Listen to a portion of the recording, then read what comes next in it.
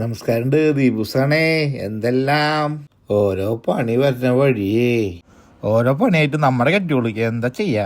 കയ്യിലുള്ള പണിയൊക്കെ തീർന്നുകൊണ്ട് പുതിയ പണിയൊക്കെ വായിച്ചു പഠിക്കുക. നിങ്ങൾക്ക് ഉണ്ടായത് പോലത്തെ ഒരു കെട്ടിയോള് മെയിൻ പണിക്കാരനെ കൊണ്ട് ഒന്ന് പണിച്ചു നോക്കി. നടക്കണ ലക്ഷണമൊന്നും കാണാനില്ല. ആൾക്ക് ഇതിനെ കുറിച്ച് വലിയ പിടിപാടൊന്നും ഇല്ലാട്ടാ.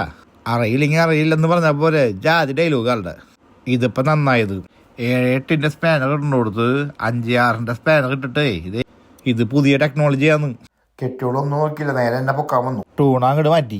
വാന്ന് നിങ്ങൾ അവിടെ വെറുതെ നിന്നാ മതിയെന്ന്. വാന്ന് ഞാൻ ഈ പിശാശിന്റെ അടുത്ത് പറയുന്നുണ്ട് വയ്യെന്ന്, പുറമേനെയാന്ന്.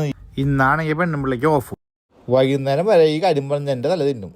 ടൂണ അങ്ങോട്ട് മാറ്റിയാളോ നൈസായിട്ട്. സിന്ധിയ ടു അതിൽ വരെ ഞാൻ വീണില്ലട്ടാ. അവസാനം ഒരു വാക്കാ അതാ കേട്ടോടുകൂടി ഞാൻ ആ ചാടിയെ എഴുതിട്ടു. പപ്പ അവിടെ നിന്ന് പണിയുണ്ടെന്ന്. എൻ്റെ അമ്മേ, താളന്ന് സ്പാനർ പിടിക്കാൻ പറ്റാറില്ല. അജാതി കേട്ടിയാള് ഒന്നും നോക്കിയില്ല, ഓടിച്ചെന്നു. എൻ്റെ ടൈം ഭാഗ്യത്തിന് പണി പഠിച്ചു തുടങ്ങുന്നതിന് മുമ്പ് ഞാൻ അങ്ങോട്ട് എത്തി. അതുകൊണ്ടാണ് രക്ഷപ്പെട്ടു. ദാ അങ്ങോട്ട് നോക്കൂ. ബർത്ത്ഡേക്ക് കേക്ക് കട്ട് ചെയ്യാൻ നിൽക്കണ ആൾക്കാരെ പോലെ നിൽക്കണതാണ് എൻ്റെ അമ്മായിപ്പിനും അമ്മായിമ്മയും. ഹായ്, എന്താ വിനയം. ഞാൻ പറഞ്ഞില്ലേ ചെറിയ സ്പാനർ സാധനം ഇവിടെ ഉണ്ട് കേട്ടാ. അതൊന്നും സെറ്റാവില്ല. നമ്മൾക്ക് എത്ര കണ്ടേക്കണം. വിഷയം തെന്നിമാറിപ്പോയി. ന്യൂസിലൻഡ് രാജ്യമൊക്കെ സൂപ്പറാണ്, ഒന്നും പറയാനില്ലേ. വീട്ടിലെ പണിയൊക്കെ അത്യാവശ്യം അറിഞ്ഞിരിക്കണം, അല്ലെങ്കിൽ 7 പണിയാ കിട്ടും. ഇവിടെയാണെന്നുണ്ടെങ്കിൽ ഇലക്ട്രീഷ്യന്മാർക്കും പ്ലംബർമാർക്കൊക്കെ കൊടുക്കത്ത പൈസയാണ്. പണിയെടുക്കണ്ട, വന്ന് നോക്കി പോണതിന് $150-100 വാങ്ങും.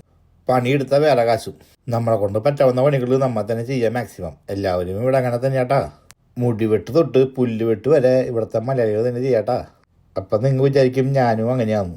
നമ്മുടെ പോളിസി അതല്ലാട്ടാ. നമ്മുടെ പോളിസി പണം പോട്ടെ പവർ പറ്റേ. അല്ല പിന്നെ. അപ്പം ചോദിക്കും ഇതോന്നും. ഇതൊക്കെ ഒരു പണിയാണോടോ, ഇതൊക്കെ ഈസി അല്ലേ.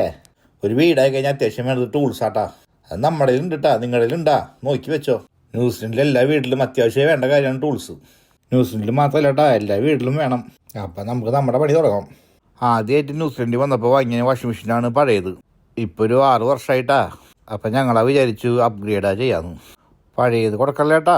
പഴയ ചവിട്ടി, അടുക്കളയിലെ തുണി, പഴയ ഷൂസുകൾ എല്ലാം കഴുകാൻ നല്ലത്. പുതിയത് ഫിറ്റ് ചെയ്യാൻ ഈസിയാന്ന്. ഇത് അറിയുന്ന ആൾക്കാരുണ്ടെങ്കിൽ ഈ വീഡിയോ ഒന്ന് ഷെയർ ചെയ്ത് കൊടുക്കാം. അറിയാത്ത ആൾക്കാർ ഇത് കണ്ടാ പഠിച്ചോ. ഇതിപ്പോൾ എവിടെ നിന്നാ വന്നത്? വെറുതെ നിൽക്കല്ലേ, ഇത് പിടിച്ചോങ്ങട്. ഒരു പണിയെ കൊടുത്തു, മനസ്സിനൊരു സുഖം. ആഹാ. വാഷിംഗ് മെഷീൻ്റെ ബാക്കിലുള്ള 4 ബോൾട്ട് ഉണ്ടെന്ന്. 4 ബോൾട്ടാവൂല ആദ്യം തന്നെ. കുനിയാനൊന്നും പറ്റുള്ളന്ന് പണ്ടത്തെ പോലെ. പണ്ടത്തെ ജിമ്മാന്ന് മസില കയറി പിടിക്കുന്നത്. വാഷിംഗ് മെഷീൻ്റെ ബാക്കിൽ 4 ബോൾട്ട് ഉണ്ടാവും. അതിന് തന്നെ 4 ബോൾട്ട് അങ്ങോട്ട് ഊരാ. ഈ ബോൾട്ട് എന്തിനാ വെക്കാന്ന് വെച്ചിട്ടുണ്ടെങ്കിൽ ഇത് ഡെലിവറി ചെയ്യുന്ന സമയത്ത് വണ്ടിയിൽ കൊണ്ടുവരുമ്പോൾ ഇത് ഷെയ്ക്ക് ആവാനുള്ള സാധ്യത ഉണ്ട്. അത് ഒഴിവാക്കാനാണ് ഈ 4 സ്ക്രൂ ഇതിൽ ഫിറ്റ് ചെയ്യണത്. എന്താല്ലേ ന്യൂസിലൻഡിലുള്ള ഞങ്ങളുടെ അവസ്ഥയെ. പണിക്ക് പോകണം, കൊച്ചങ്ങളെ നോക്കണം, ചോറും കറി ഉണ്ടാക്കണം. എൻ്റെ അമ്മേ, അതിന് പുറമെ ഈ ജാതി പരിപാടികളും. ഇത് ന്യൂസിലൻഡിലുള്ള ഞങ്ങളുടെ അവസ്ഥ മാത്രമല്ല കേട്ടാ, എല്ലാ രാജ്യത്തും ഇത് തന്നെ അവസ്ഥ. പുറത്തിട്ട് നോക്കുന്നവർക്ക് തോന്നും എന്താ സുഖം, എന്താ സെറ്റപ്പ്. പെണ്ണുമ്പിള്ള ഇവിടെ നോക്കിയിരിക്കണമെന്ന് തോന്നുന്നുണ്ട്. ഞാനെന്താ കുപ്പിന്ന് വന്ന ഭൂതമെന്ന് അവളുടെ വിചാരം. കഴിയുമ്പോൾ പണി തരാൻ. ഇതെല്ലാം കാണുമ്പോഴും കേൾക്കുമ്പോഴും നിങ്ങൾക്കൊരു സുഖം കിട്ടല്ലേ, അതാണ് എനിക്ക് വേണ്ടത്. 4 ബോൾട്ടാ ഊരി കഴിഞ്ഞാൽ 4 ക്ലിപ്പ് ഉണ്ട് ഇട്ടതുമ്മ. 4 ക്ലിപ്പാ ഊരി കഴിഞ്ഞിട്ടുണ്ടെങ്കിൽ സംഭവം സെറ്റാണ്. പിന്നെ ഒന്നും നോക്കണ്ട, പഴയത് തള്ളി മാറ്റിയത് പുതിയതായിട്ട് ഉന്തിയാ കെറ്റിക്കോ. പിന്നെ നിങ്ങളെ പോലെ തന്നെ എനിക്കൊരു സ്വഭാവമുണ്ട്, എടുത്ത സാധനം ഞാൻ എടുത്തു കൊടുത്ത് വെക്കില്ല. ഉദാഹരണത്തിന് നമ്മുടെ ടൂൾ സെറ്റ് തന്നെ നോക്കിക്കോ. ഇതിപ്പോൾ കൈയോടെ ഞാൻ എടുത്തു വെച്ചില്ലെങ്കിൽ ഈ സാധനം അവിടെ കിടക്കും. നാളെ നോക്കുമ്പോൾ കിട്ടില്ലാനും. നിങ്ങൾക്ക് ഉണ്ടായിരുന്നപ്പോഴത്തെ പ്രശ്നം അങ്ങനെയുള്ളതൊക്കെ ചികിത്സിച്ചാൽ മാറില്ല. പണി കഴിയുന്നതോടുകൂടി കൈയോടെ സാധനം എടുത്ത് അടച്ച് മാറ്റി വയ്ക്കുക. അതാണ് ഇതിന് ഒരേ സൊല്യൂഷൻ. അപ്പം പിന്നെ അടുത്ത പണിക്ക് നമുക്ക് സാധനം കറക്റ്റായിട്ട് കിട്ടും ചെയ്യും. ദേ പഴയ സാധനം തള്ളി മാറ്റിയിട്ടാ ദേ പുതിയ സാധനം കൊണ്ട് ഉന്തി കയറ്റാ. എല്ലാവരും പോയിട്ടാ ഞാനാ പെട്ടു. വെള്ളത്തിൻ്റെ കണക്ഷൻ പച്ചവെള്ളത്തിൽ കൊടുക്കുക. ഇപ്പോഴത്തെ സൈഡിൽ ചൂടുവെള്ളത്തിന് ഉണ്ടാവും, അതിൽ കൊടുക്കാൻ നിൽക്കണ്ട. കറണ്ട് കാശ വരുമ്പോൾ കണ്ണാ ബൾബാവും. അപ്പോൾ ഇതിൻ്റെ അറ്റം കൊണ്ടുപോയിട്ട് വാഷിംഗ് മെഷീൻ്റെ ബാക്കിൽ സമാധാനമായിട്ട് ഫിറ്റ് ചെയ്യുക. കുത്തി കയറ്റാൻ നോക്കല്ലേ. കുത്തി കയറ്റി ത്രെഡ് പോയി കഴിഞ്ഞിട്ടുണ്ടെങ്കിൽ വേറെ കുഴപ്പമൊന്നുമില്ല. ഓരോ അലക്ക് കഴിയുമ്പോഴും നിങ്ങൾ തുടക്കേണ്ടി വരുന്നത് മാത്രം. സമാധാനത്തിൽ ഇതുപോലെ ചെയ്യാം. ഓക്കെ. ഫ്ലഗ് കുത്താ, സ്വിച്ച് ഇടാൻ വരട്ടേട്ടാ. പണി ബാക്കിയുണ്ട്. അതിൽ വേസ്റ്റ് വെള്ളം പോകാനുള്ള പൈപ്പുണ്ട്, അത് നമ്മുടെ സിങ്കിൽ കണക്ട് ചെയ്യാം. ഇതുപോലെ സെറ്റല്ലേ.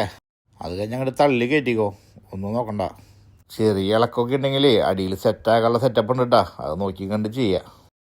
എന്നിട്ട് ഇതുപോലെ അങ്ങോട്ട് ഓണാക്കിയാൽ നോക്കാം.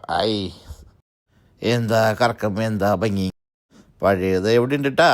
എല്ലാവരും ഹാപ്പി ആയിട്ടിരിക്കട്ടാ. എല്ലാവരും ലൈക്കും ഷെയറും സബ്സ്ക്രൈബൊക്കെ ചെയ്യണേ. മറക്കല്ലേ.